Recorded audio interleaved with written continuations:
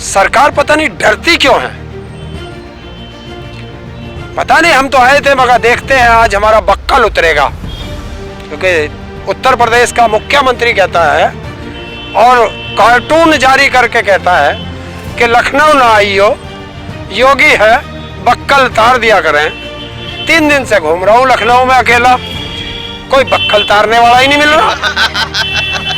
प्रदेश का मुख्यमंत्री हो या देश का प्रधानमंत्री हो, वो अपनी जनता से डरता है तो वो उस पद के लायक नहीं रहता।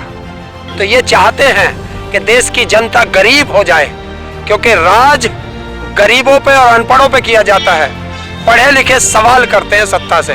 तो इसलिए चाहते हैं कि देश से शिक्षा खत्म हो जाए, रोजगार खत्म हो जाए, और इतना खत्म हो जाए कि जब ये सुबह उठे और इन्हें 2 रोटी मिल जाए तो ये उसे ही सबसे बड़ा देश का विकास समझे। तो ये नहीं होगा देश। और जब जहाज डूबता है तो सबसे पहले चूहे भागते हैं, तो चूहे इनके भागने शुरू हो गए हैं, तो जहाज इसका मतलब डूब रहा है। बस एक काम कर लेना, ताऊ की मान लेना, बीजेपी को कभी वोट मत देना। नमस्कार दोस्तों, मेरा नाम अभिषेक अवस्थी है। लखनऊ के सपा कार्यालय पर आज मैं यहाँ मौजूद हूँ। कल यहाँ बहुत बड़ी रैली किसानों की, हजारों की संख्या में लोग किसान यहाँ पे इकट्ठा हुए, रैली करी और प्रधानमंत्री मोदी पर एमएसपी को सिर्फ चावल और गेहूं तक सीमित ना रख के सभी फसलों पर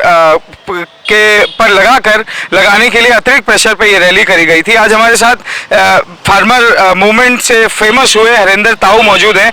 इनसे पूछेंगे कि आज यहाँ ये लोग इकट्ठा हुए हैं, सपा कार्यालय पहुंचे हैं, तो किससे मुलाकात हुई, क्या आगे का प्रधानमंत्री मोदी जी के जो फैसले, किसान कानून को वापस लेने का जो फैसला था, उसके बाद इनकी क्या रणनीति आगे के उसमें रहेगी, कितना भरोसा प्रधानमंत्री पे उनको हुआ है। ताऊ हमें बताएं कि क्या यहाँ पर लखनऊ में क्या गतिविधि आपकी रही?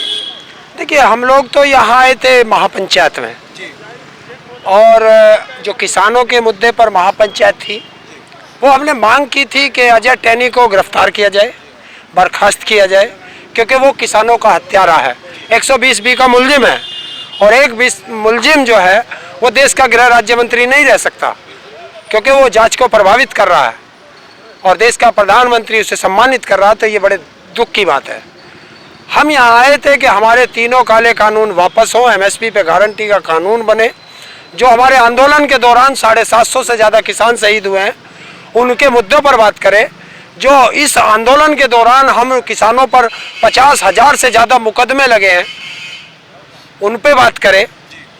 स्वामीनाथन रिपोर्ट पे बात करें। बहुत से मुद्दे हैं, उन पे कि संयुक्त किसान मोर्चा से सरकार बात करे और समस्या का समाधान करे। तो क्या कोई सरकार का नुमाइंदा आपके महापंचायत में आपके पास आया, कोई बात हुई? सरकार पता नहीं डरती क्यों है,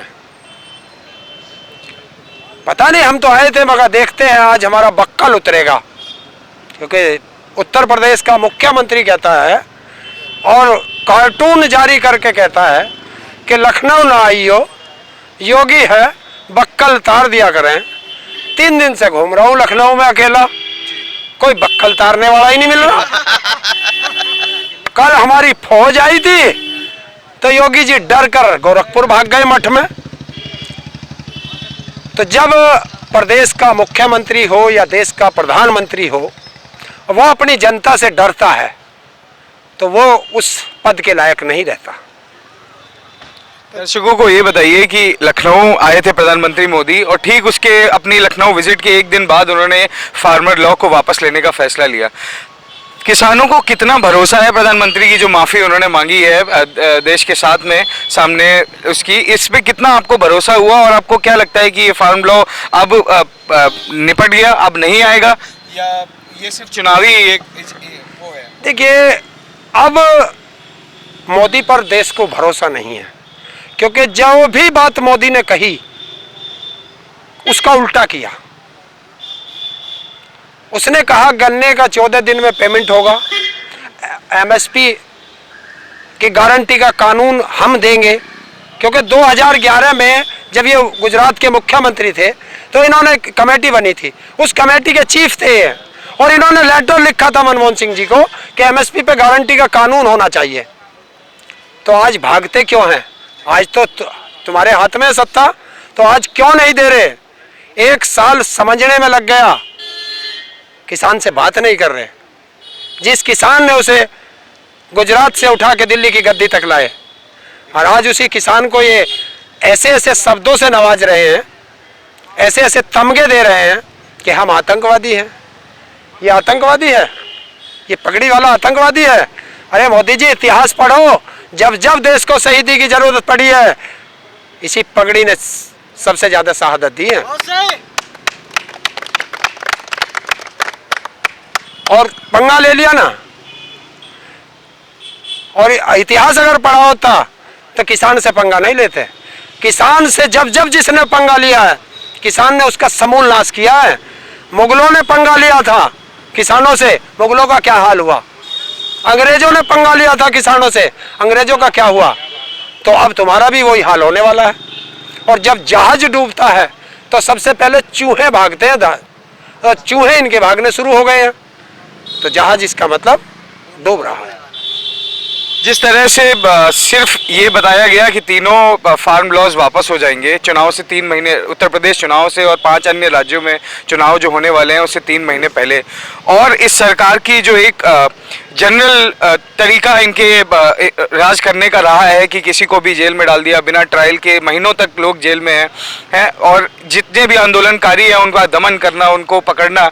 तो आप लोगों को क्या लगता है, जो 50,000 केस आप जैसे 50 हजारों नेताओं के ऊपर हुए हैं, आने वाले दिनों में ये सरकार उत्तर प्रदेश में पहली बात तो दोबारा आएगी कि नहीं, लेकिन अगर आ गई और जो सेंटर में सरकार चल रही है वो क्या किसानों के ऊपर क्या किस तरह का नीति अपनाएगा? देखिए, अगर डर गए, जो डर गया समझो मर गया। जब हमारा देश आज़ादी की लड़ाई लड़ रहा था, सबको पता था गोरे अंग्रेजों से लड़ रहे हैं, क्या करेगी, जलियांवाला बाग भी बना। तो जब क्रांतिकारी मैदान में कूद जाते हैं तो वो ना मुकदमों से डरते हैं, ना जेल जाने से डरते हैं, ना गोली से डरते हैं। तो हमने तो अपना नाम, अपना शरीर लिख दिया है इस देश के नाम कि आना फ्री जाना फ्री, और जब से ये सरकार पकड़ ले उस दिन से खाना फ्री।